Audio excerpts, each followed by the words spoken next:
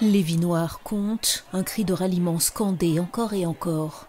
Comme les soirs précédents, des milliers de manifestants ont protesté à Washington et dans de nombreuses villes des États-Unis, bravant le couvre-feu. Dans leur grande majorité, des manifestations sans débordement. 10 jours après la mort de George Floyd, ils ont en partie obtenu gain de cause.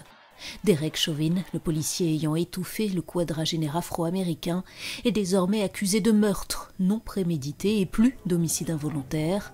Un chef d'accusation plus lourd passible de 40 ans de prison. Les 3 autres agents présents au moment du drame ont finalement été placés en détention et inculpés de complicité. Une annonce du procureur général du Minnesota assortie d'un appel à la patience. Je ne pense pas que des poursuites qui aboutissent puissent réparer la douleur et la perte que ressentent tellement de personnes, dit-il. La solution à cette douleur sera un travail lent et difficile pour bâtir la justice et l'équité dans notre société.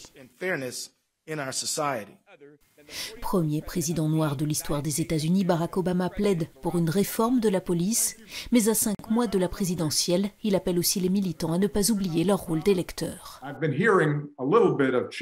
J'ai vu, dans des discussions sur Internet, une opposition entre le vote et les manifestants, dit-il, entre la politique, la participation électorale et la désobéissance civile ou l'action directe.